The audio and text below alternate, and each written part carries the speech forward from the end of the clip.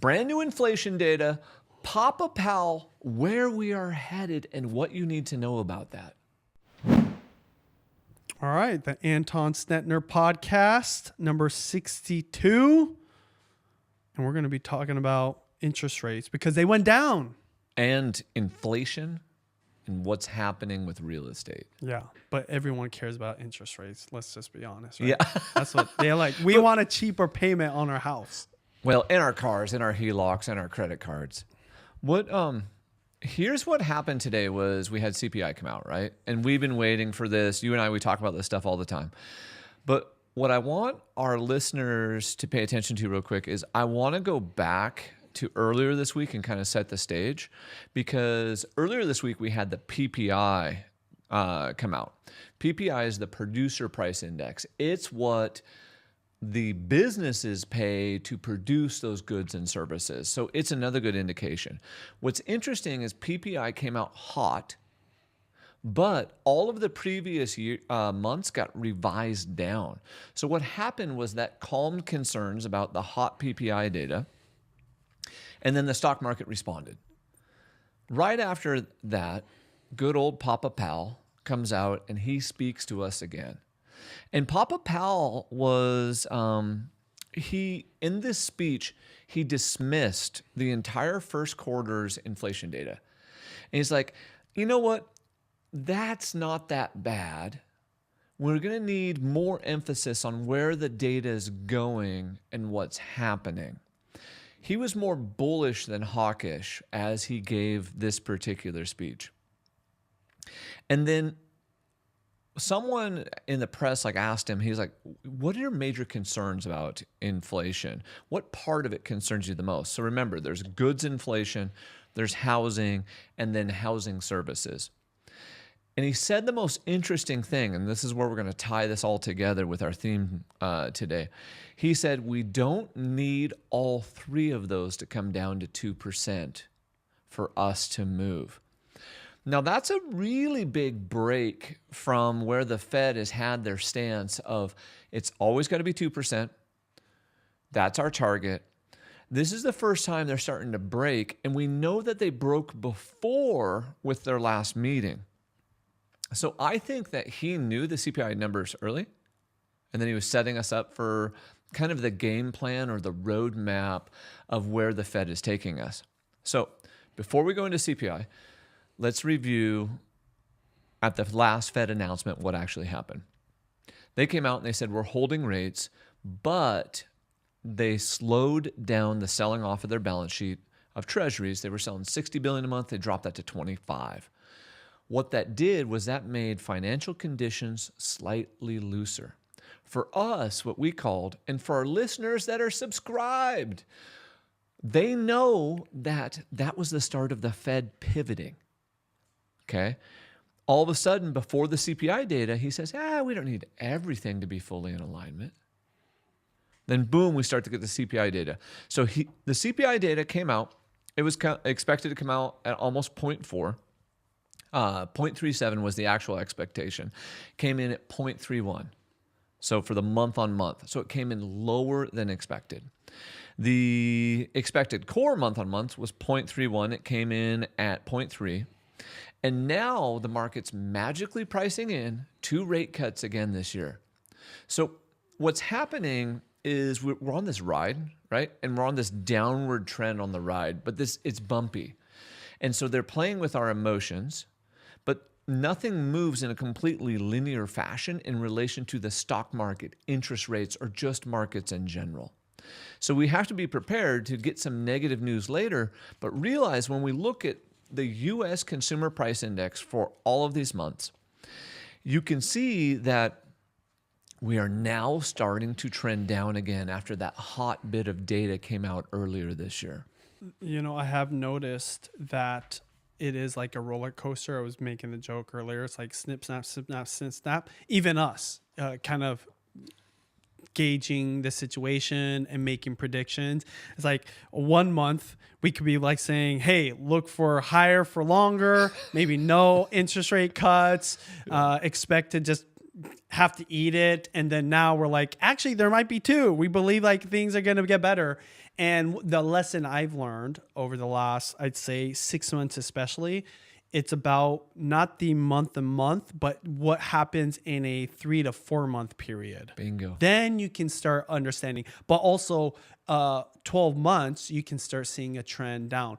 The question was, I'd say 3 months ago and definitely 2 months ago, and last month maybe, was, are we continuing the trend down, or are we starting a new trend upwards? And so I guess to summarize everything you're saying, it seems what just came out, the inflation data today or yesterday, plus some other things that's happened the last few weeks, it looks like we're continuing the trend kind of downwards. Bingo. And interest rate cuts are becoming more promising than even a month ago when we thought no interest rate cuts. Based on the totality of the data. So I just love it when he says that, right? If you look at CPI over a 12-month period, so we're at 3.4, you can see it's now trending slightly down. And then less food and energy, it's sitting at 3.6, also trending down. So you don't need it to be just falling off a cliff. You just need a slight trend down. So we're looking at it in 3-month increments, 6-month increments, and 12-month increments. And right now, it's trending in the right direction. The next part of this is all of a sudden you go to core inflation. Because remember, the Fed's favorite metric is core PCE. This is core inflation.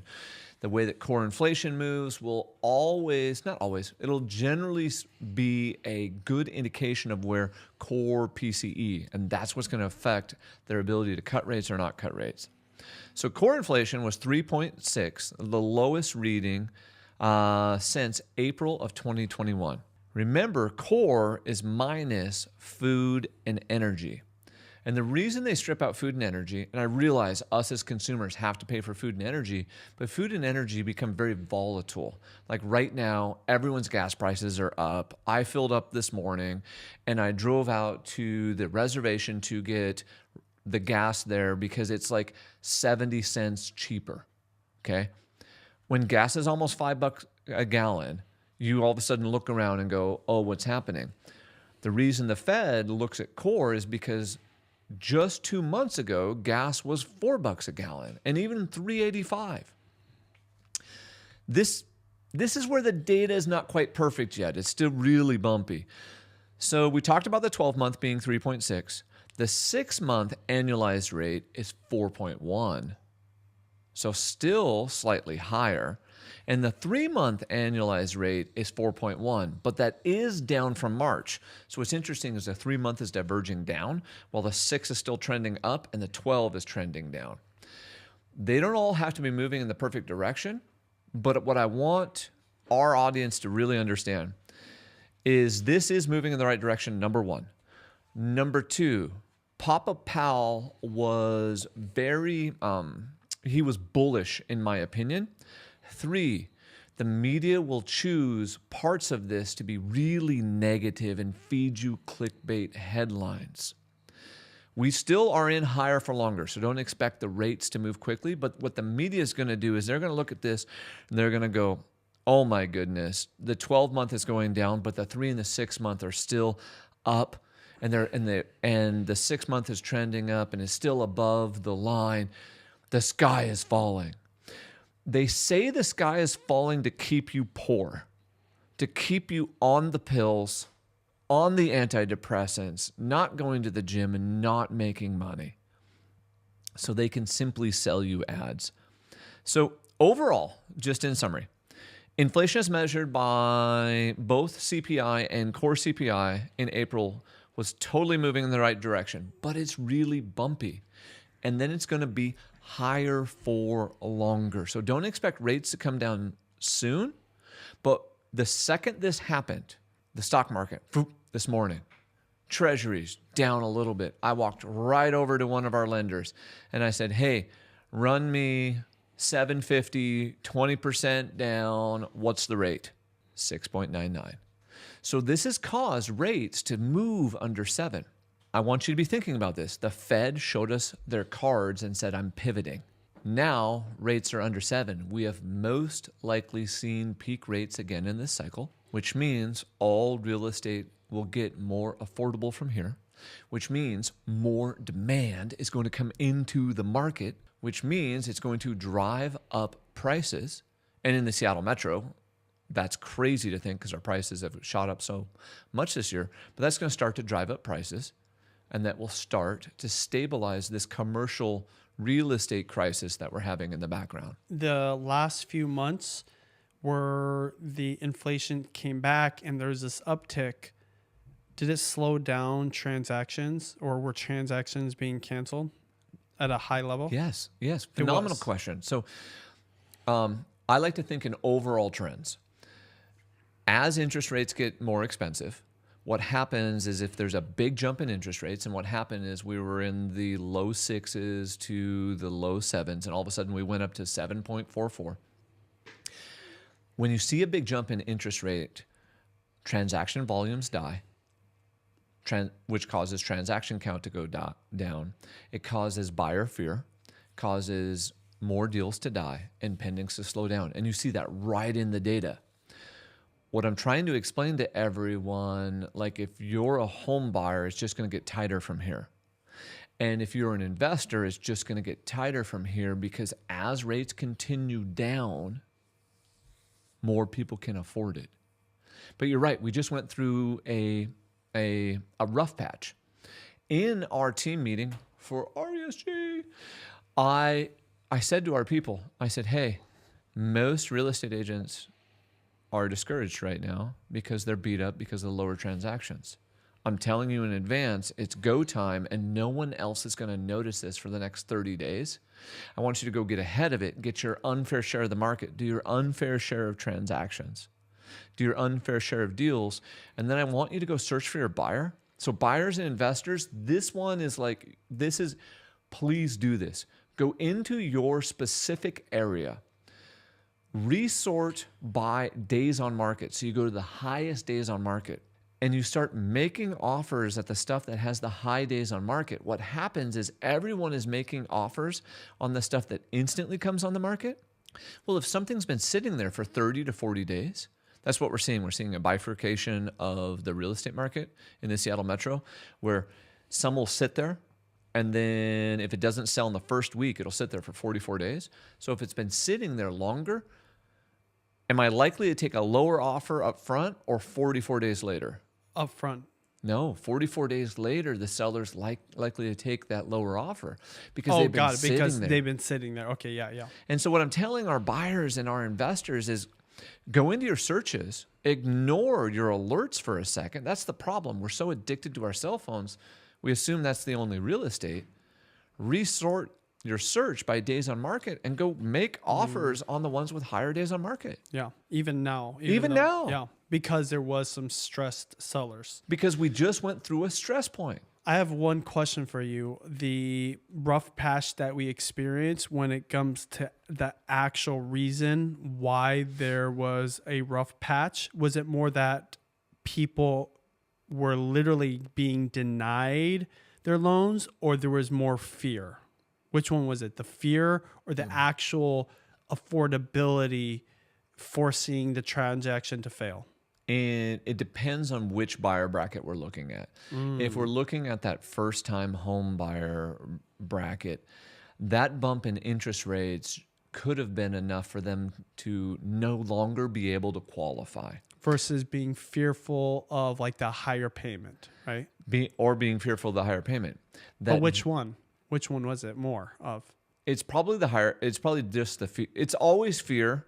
Yeah. And then second, it's logic, because our emotions as humans, it drive us, So it's always emotions first, logic second. So I would say fear first, and then second, it would be that they actually no longer qualified. Oh, interesting.